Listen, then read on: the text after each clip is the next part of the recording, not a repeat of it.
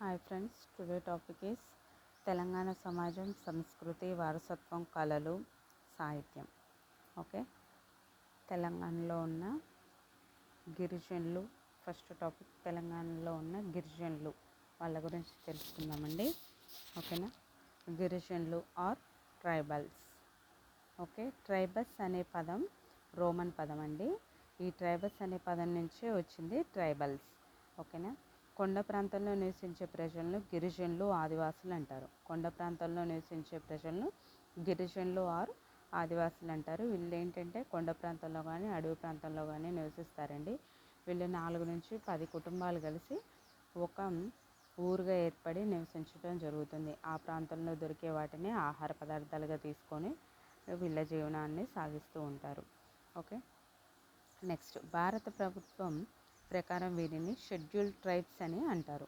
Okay, వీళ్ళని ఏమంటారు? Scheduled tribes అని అంటారండి.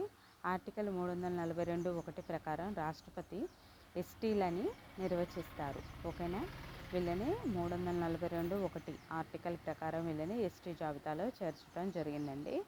ఓకే, తెలంగాణ ప్రాంతంలో గల ITDA integrated tribals development area or ప్రాంతాలు. ఓకేనా. ఇవి ఏంటంటే ములుగు, ఏటూరు నాగరం, ఆదిలాబాద్, ఉట్నూరు, మహబూబ్ నగర్, అచ్చంపేట. ఏంటంటే ఈ 3 జిల్లాలలో కూడా ఆదివాసులు, గిరిజనులు ఎక్కువగా నివసించే ప్రాంతాలండి. కానీ ఇవి డెవలప్ అయిన ప్రాంతాలు. ఓకేనా. నెక్స్ట్, గోండులు, చెంచులపై పరిశోధనలు చేసిన హైమర్ డార్ఫ్ ఇతని గ్రంథం the Raj Gonds of Adilabad. Okay, గోండులు, చెంచులపై పరిశోధనలు చేసింది ఎవరండి? Haimendorf. ఇతను రాసిన గ్రంథం పేరు ఏంటండి? ద రాజ్ గోండ్స్ ఆఫ్ ఆదిలాబాద్ అనే గ్రంథాన్ని రాయటం జరిగింది. ఓకేనా. నెక్స్ట్, తెలంగాణ రాష్ట్రంలో గిరిజనులు పరాయీకరణ చట్టాల రూపకల్పనకు కృషి చేసింది బియ్యాల జనార్దన్ రావు. ఎవరండి? బియ్యాల జనార్దన్ రావు అనే అతను కృషి చేయటం జరిగిందండి. ఓకే, నెక్స్ట్, భారతదేశంలో గిరిజనులపై పరిశోధించిన వెన్నెలకంటి రాఘవయ్య. ఇతని గ్రంథం పేరు ఏంటండి? Tribes in India. రాసింది ఎవరండి? గిరిజనులపై పరిశోధించింది ఎవరు? భారతదేశంలో గిరిజనులపై పరిశోధించింది ఎవరు? వెన్నెలకంటి రాఘవయ్య. ఇతను రచించిన గ్రంథం పేరు ఏంటండి? Tribes in India. ఓకేనా. నెక్స్ట్, ఆదివాసీ ప్రాంతాల క్రమబద్ధీకరణ 1949లో జరిగిందండి. ఓకే, ఎప్పుడు జరిగింది? ఆదివాసీ ప్రాంతాల క్రమబద్ధీకరణ 1949లో జరిగింది. Okay, next, notified tribal area rules. ఇది కూడా 1949. ఓకే, నెక్స్ట్ 1/70 భూ బదలాయింపు క్రమబద్ధీకరణ 1970లో జరిగిందండి. 1/70 భూ బదలాయింపు క్రమబద్ధీకరణ 1970లో జరిగింది. తెలంగాణ రాష్ట్రంలో గల ప్రిమిటివ్ ట్రైబల్స్ గ్రూప్ పీటీజీ 4 కలవు. అవి ఏంటంటే చెంచులు, కొండరెడ్లు, తోటీలు, కొలామ్స్. ఓకేనా. ఎవరెవరండి? చెంచులు, కొండరెడ్లు, తోటీలు, కొలామ్స్ అనేవాళ్ళు 4 రకాల వాళ్ళు కలరండి. ఓకేనా, గ్రూప్స్ అన్నట్టు వీళ్ళు. ఫస్ట్ మనం మాట్లాడుకునేది చెంచులు. చెంచుల గురించి మాట్లాడుకుందామండి. చూడండి పిక్చర్, చెంచులు ఎలా ఉంటారో. ఓకే, వీరు అమ్రాబాద్ ప్రాంతంలో మరియు నల్లమల్ల అడవులలో నివసిస్తూ ఉంటారు. ఎక్కడంటే వీళ్ళు అమ్రాబాద్ ప్రాంతాలు మరియు నల్లమల్ల అడవులలో చెంచులు ఎక్కువగా నివసించడం జరుగుతుందండి. తెలంగాణలో గుర్తించిన మొట్టమొదటి ప్రిమిటివ్ ట్రైబల్ గ్రూప్ చెంచులు. ఓకే, ఫస్ట్ ఐడెంటిఫై చేసింది వీళ్ళని. తెలంగాణలో ఫస్ట్ ఐడెంటిఫై చేసింది ఈ తెగకు సంబంధించిన వాళ్ళు, చెంచుల తెగకు సంబంధించిన వాళ్ళనండి.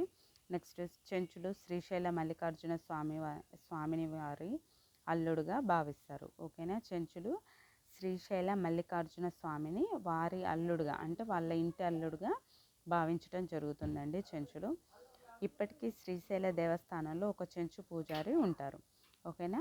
సో వాళ్ళ అల్లుడుగా భావిస్తారు కాబట్టి శ్రీశైల మల్లికార్జున స్వామి. ఓకే, శ్రీశైల మల్లికార్జున స్వామి గుళ్ళో వాళ్ళ చెంచులలో నుంచి ఒక అతన్ని పూజారిగా ఉంచుతారు దేవస్థానంలో. ఓకేనా. వీరు గారెల మైసమ్మ, భగవంతరు వంటి జాతరలు నిర్వహిస్తారు.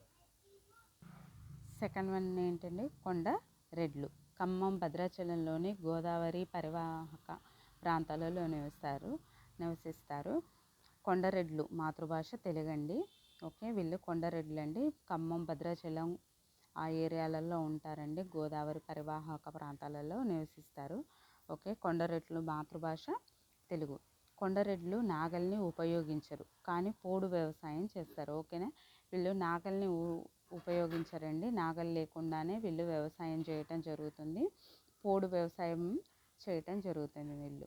ఓకే, భర్త మరణిస్తే అతని సోదరిని వివాహం చేసుకోవటం వీరి వాడుకలో ఉంది. ఓకేనా, వీళ్ళు ఏంటంటే కొండరెడ్లలో ఎవరైనా భర్త చనిపోతే ఆ మహిళ ఏం చేస్తుందంటే వాళ్ళ సోదరుడు, భర్త యొక్క సోదరుడు, అన్న కానీ లేదా తమ్ముడిని కానీ వివాహం చేసుకోవటం జరుగుతుందండి వీళ్ళు. ఓకేనా, నెక్స్ట్ తోటీలు. వీరు ఆదిలాబాద్ జిల్లాలోని ఊట్నూరులో ఎక్కువగా ఉంటారు. వీరిని భారత ప్రభుత్వం 1983లో పీటీజీగా గుర్తించింది. వీరి యొక్క మాతృభాష గోండు. ఓకే, వీళ్ళ యొక్క మాతృభాష ఏంటంటే గోండు. కొండరెడ్ల మాతృభాష ఏంటంటే తెలుగు. ఓకే, తోటీల యొక్క మాతృభాష వచ్చేసి గోండు.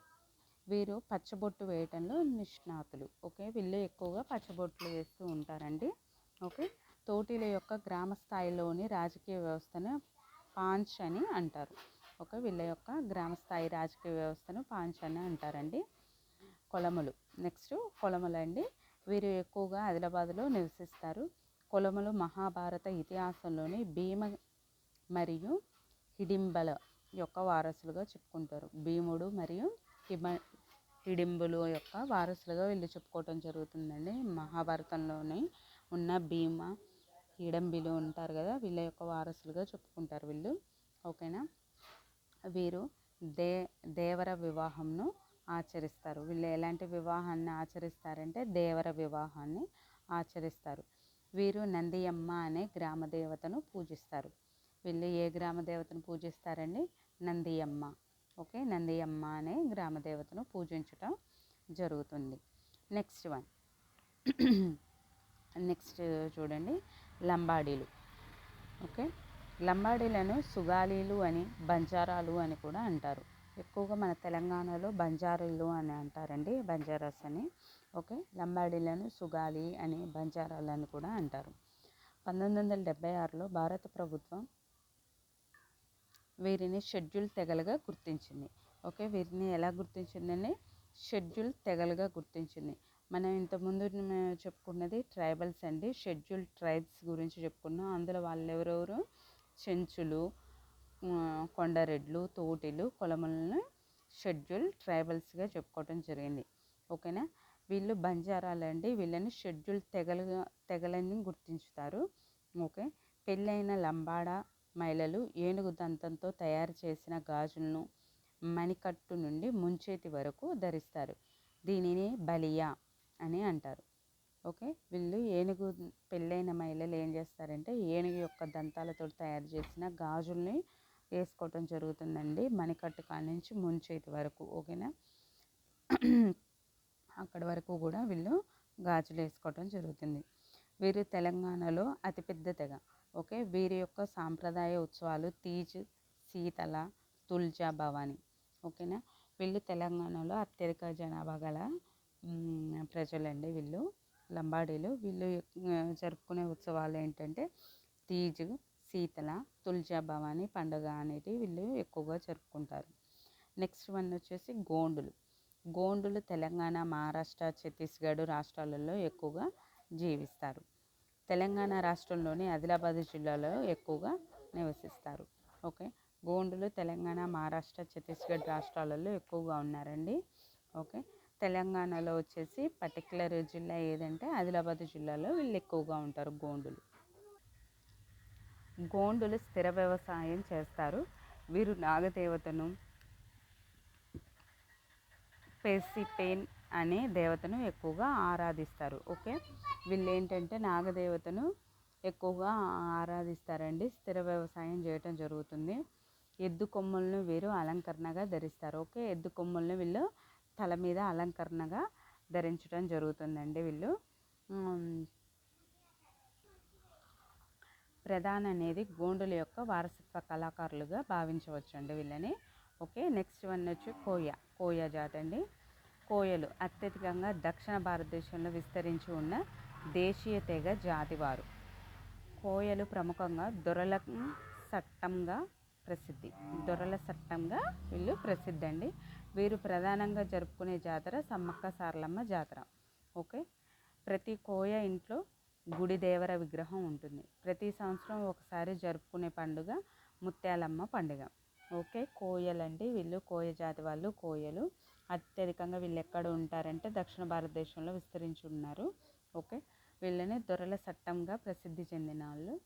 నెక్స్ట్ వీళ్ళు జరుపుకునే జాతర ఏంటంటే సమ్మక్క సారమ్మ జాతర జరుపుకుంటారు. ఇది మేడారంలో జరుగుతుంది. సమ్మక్క సారక్క జాతర అనేది మేడారంలో జరుగుతుంది. ములుగు జిల్లా మేడారంలో జరుగుతుందండి ఈ జాతర. వీళ్ళింట్లో ప్రతి ఇంట్లో కూడా గుడి దేవర అనే విగ్రహం ఉంటుందండి. వీళ్ళు జరుపుకునే పండగ, ప్రతి సంవత్సరం జరుపుకునే పండగ అనేది ఏంటంటే ముత్యాలమ్మ పండుగ. ఇది పెద్దగా చేసుకుంటారు వీళ్ళు, పెద్ద పండుగలాగా. నెక్స్ట్ ఆంధ్రులు. వీరు అధికంగా మహారాష్ట్ర, మధ్యప్రదేశ్ మరియు తెలంగాణలో షెడ్యూల్డ్ ట్రైబ్స్గా గుర్తించారు. వీళ్ళని ఎవరుగా గుర్తించారండి? షెడ్యూల్డ్ ట్రైబ్స్గా గుర్తించడం జరిగింది. అందల్ మాండలికంలో చర్చల ద్వారా వివాహాన్ని పన్వాహ్ అని పిలుస్తారు. దీనితో పాటు వీరు రోలా ఉత్సవాలను జరుపుకుంటారు. దీనిలో భాగంగా ఎద్దులను పూజిస్తారు. అందల యొక్క ముఖ్య దేవుడు హనుమాన్. ఓకేనా, వీళ్ళు ఎవరిని పూజిస్తారంటే హనుమాన్ని ఎక్కువగా పూజిస్తారండి. హనుమాన్ని దేవుడుగా పూజించటం జరుగుతుంది. నెక్స్ట్ వీళ్ళు ఎద్దుల్ని కూడా పూజించడం జరుగుతుంది. ఉత్సవాలు జరుపుకుంటారు, వీళ్ళు పూజలు చేస్తారు. ఓకేనా, నెక్స్ట్ ప్రధాన్. ఓకే, వీరు ఆదిలాబాద్ జిల్లాలో ఎక్కువగా జీవిస్తుంటారు. వీరి యొక్క మాతృభాష మరాఠీ. ఓకే, వీళ్ళ యొక్క మాతృభాష వచ్చేసి మరాఠీ అండి. పరదాన్ల యొక్క మాతృభాష మరాఠీ అయినప్పటికీ వీరు గోండుల యొక్క ఇతిహాసాలను, జానపదాలను గోండు భాషలో వినిపిస్తారు. పరదాన్లు లేనిదే గోండులలో కానీ రాజ్ గోండులలో కానీ ఒక్క పెళ్ళి జరగదు, అంతిమ సంస్కారాలు జరగవు. ఓకే, పరదాన్లు లేకోకుండా గోండులలో, రాజ్ గోండులలో పెళ్ళి కానీ లేదా చావులు కానీ ఇలాంటివి కూడా వాళ్ళు లేకోకుండా జరగవంటండి. అంత ప్రాధాన్యం ఉంది వీళ్ళకి అక్కడ గోండు జాతిలో. నెక్స్ట్ ఎరుకలు. వీరు తెలంగాణలో అన్ని చోట్ల విస్తరించి ఉన్నారు. వీరి యొక్క మాండలికము ఎరకల భాష, కుర్రు భాష లేదా కులవత అని అంటారు. ఓకేనా, ఎరకలు వీళ్ళు ఏంటంటే ఇప్పుడు విలేజ్లలో కూడా నివసించడం జరుగుతుందండి. వీళ్ళు అడవి ప్రాంతాలలో, కొండ ప్రాంతాలలో నివసించట్లేదు. వీళ్ళు సామాన్య ప్రజలతో పాటు జీవించడం జరుగుతుందండి. వీళ్ళ మాండలిక భాష ఏంటంటే కుర్రో అనే వర్డ్ ఉంటుందిగా, కుర్రో అని అలా మాట్లాడటం జరుగుతుంది. కులవత అని అంటారు దీన్ని. ఎరుక కులానికి చెందిన మహిళలు భవిష్యవాణి చెప్పటంలో ప్రసిద్ధి. ఓకేనా, వీళ్ళు మహిళలు ఏంటంటే కుర్రో అని వాళ్ళ భవిష్యత్తుని గురించి, ప్రజల యొక్క భవిష్యత్తు చెప్తా అంటూ తిరుగుతూ ఉంటారండి. ఓకేనా, వీరు కఠినమైన పరీక్షల ద్వారా నిందితులను మరియు అమాయకులను గుర్తించడం జరుగుతుంది. ఓకేనా, వీళ్ళకు కొన్ని రకాల టెస్టులు చేయటం ద్వారా వీళ్ళు ఏంటంటే ఐడెంటిఫై చేస్తారంటే ఎవరు నిందితులు, ఎవరు అమాయకులు అనేది గుర్తించగలుగుతారు అన్నట్టు. చేపలు అల్లటం, గంపలు అల్లటం, ఓకేనా, పందుల పెంపకం మరియు తీగలు అల్లటం వీరి యొక్క ప్రధాన సాంప్రదాయ వృత్తి. ఈ ఎరకలు ఏం చేస్తారంటే, ఎరకల కులస్తులు ఏం చేస్తారంటే చేపలు అల్లటం, గంపలు, బుట్టలు ఇవి అల్లటం అనేది జరుగుతుందండి. ఓకేనా, వీళ్ళు ప్రధానంగా పందుల్ని పెంచడం జరుగుతుందండి. ఓకేనా, వీళ్ళల్లో ఉండే మహిళలు ఏం చేస్తారంటే భవిష్యవాణి అనేది చెప్తూ ఉంటారు. నెక్స్ట్ వన్ వచ్చేసి నక్కల కమిటీని 2002-2003 షెడ్యూల్ ట్రైబ్గా గుర్తించడం జరిగిందండి. వీరు సంచార జాతికి చెందినవారు. వీరు మాండలికం పేరు నక్కల భాష. దీనికి లిపి లేదండి. ఓకే, వీళ్ళ భాష పేరు ఏంటంటే నక్కల భాష. వీరిలో దేవర వివాహం మరియు భార్య భాగిని వివాహం అమల్లో ఉంది. ఓకేనా, నెక్స్ట్ చూడండి, తెగ నివసించే ప్రాంతం, మాట్లాడే భాష. ఓకేనా, గోండులు నివసించే ప్రాంతం ఏంటి? ఆదిలాబాద్, నిర్మల్, కరీంనగర్. వీళ్ళు మాట్లాడే భాషలు తెలుగు, గోండు భాష. తోటీలు ఆదిలాబాద్, ఆసిఫాబాద్, నిర్మల్. వీళ్ళు మాట్లాడే భాష తెలుగు, మరాఠీ. ప్రధానులు ఆర్ పర్ధానులు ఆదిలాబాద్, నివసించే ప్రాంతం ఆదిలాబాద్, మాట్లాడే భాష తెలుగు, మరాఠీ, గోండి. నాయక్ పోడ్ ఆర్ నాయక్, వీళ్ళు నివసించే ప్రాంతం ఆదిలాబాద్, కరీంనగర్, వరంగల్, ఖమ్మం. వీళ్ళు మాట్లాడే భాష తెలుగు. బిల్లులు ఆదిలాబాద్, మహబూబ్నగర్, హైదరాబాద్. వీళ్ళు మాట్లాడే భాష తెలుగు. చెంచులు నాగర్ కర్నూల్, నివసించే ప్రాంతం నాగర్ కర్నూల్, మాట్లాడే భాష తెలుగు. కోయ ఖమ్మం, భద్రాద్రి, భూపాలపల్లి. వీళ్ళు మాట్లాడే భాష తెలుగు. ఆంధ్రులు ఆదిలాబాద్, ఆసిఫాబాద్లో నివసించడం జరుగుతుంది. వీళ్ళు మాట్లాడే భాష తెలుగు, మరాఠీ. లంబాడి ఆర్ సుగాలి ఆర్ బంజారా, అన్ని జిల్లాలలో నివసిస్తున్నారు. వీళ్ళు తెలంగాణలో అన్ని ప్రాంతాలలో ఉంటారు. తెలుగు, హిందీ, లంబాడి, మరాఠీ వీళ్ళు మాట్లాడే భాషలు.